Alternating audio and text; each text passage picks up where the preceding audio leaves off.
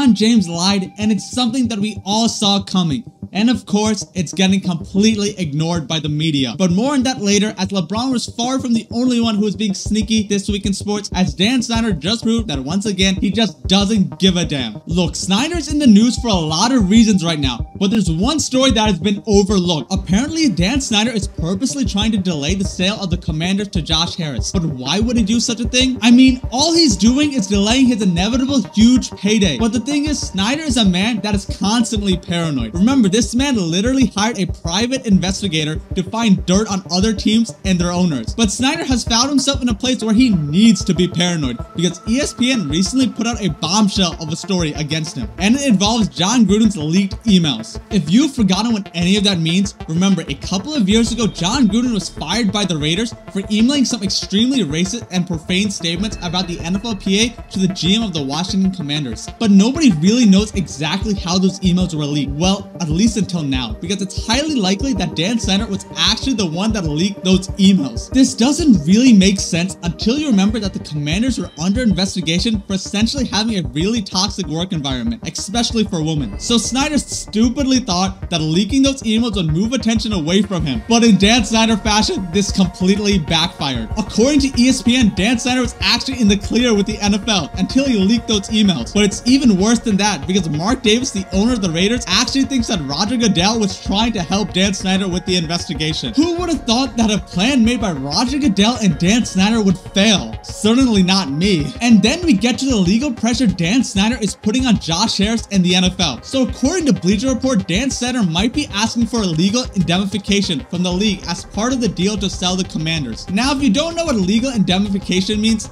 it's just jargon for legal protection. You see, Jon Gruden has filed a lawsuit against the NFL because he believes that the NFL leaked the emails on purpose in order to force the Raiders into firing him. Now, before I get into how this is really bad for Snyder, I've gotta say, come on, Jon. You said some horrible things. Just own up to it. You can really only blame yourself for everything that happened. But the thing is, for Snyder, this must be terrifying. You know that high-profile legal teams will be 10 times better than ESPN reporters at digging up the truth. So he's trying to use any leverage he still has against the NFL to get him legal protection. But enough of the NFL, as we have to talk about something really important, the MLB baseball game. Yeah, okay, not that important, but the National League finally beats the AL 3-2 for the first time in over 9 years. Now, I could talk about Elias Diaz's game-winning home run or Craig Kimbrough's save, but watching all those fans weakly trying to recruit Juan Soto was just so funny.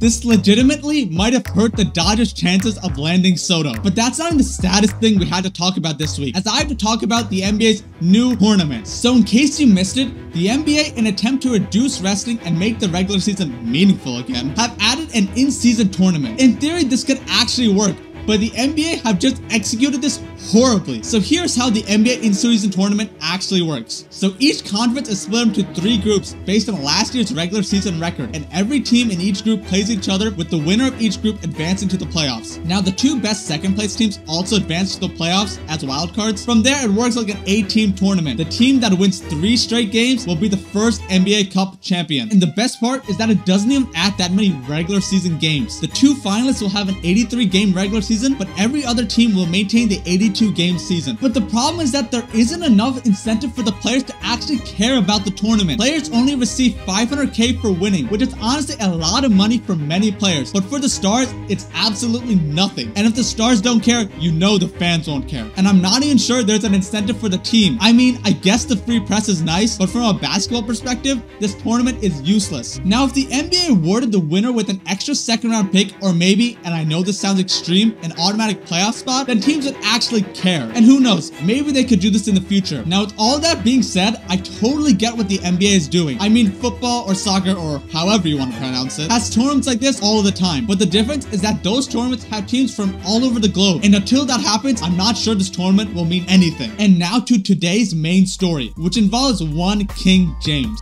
The day I can't give the game everything on the floor is the day I'll be done. Lucky for you guys, that day is not today.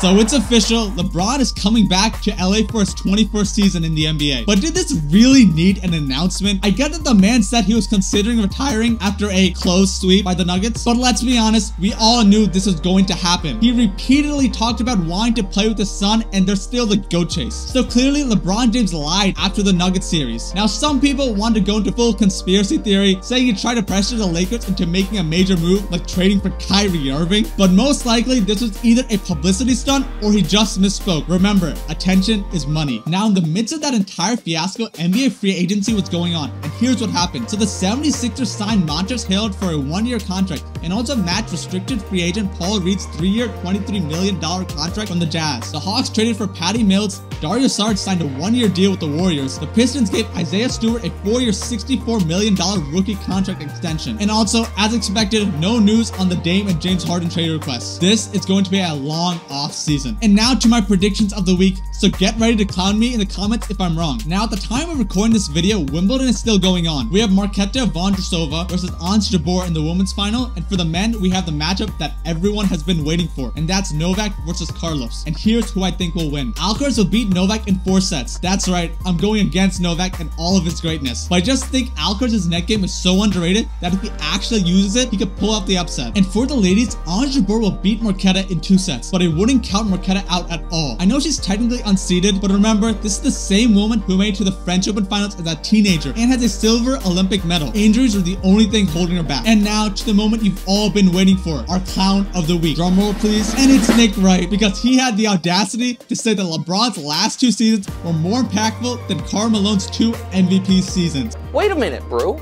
Hold on a second. How can I? What do you not want me to say? That old LeBron is as impactful as MVP Karl Malone? Yeah, that's what I will say. Only Nick Wright could make me defend the horrible person that is Karl Malone. But the thing is, I might be giving Nick Wright all this hate, but Rich Paul is the true instigator in all of this. He's the one that essentially said if LeBron wasn't athletic, he'd be Karl Malone. So Nick Wright might be this week's clown, but Rich Paul created this whole damn media circus.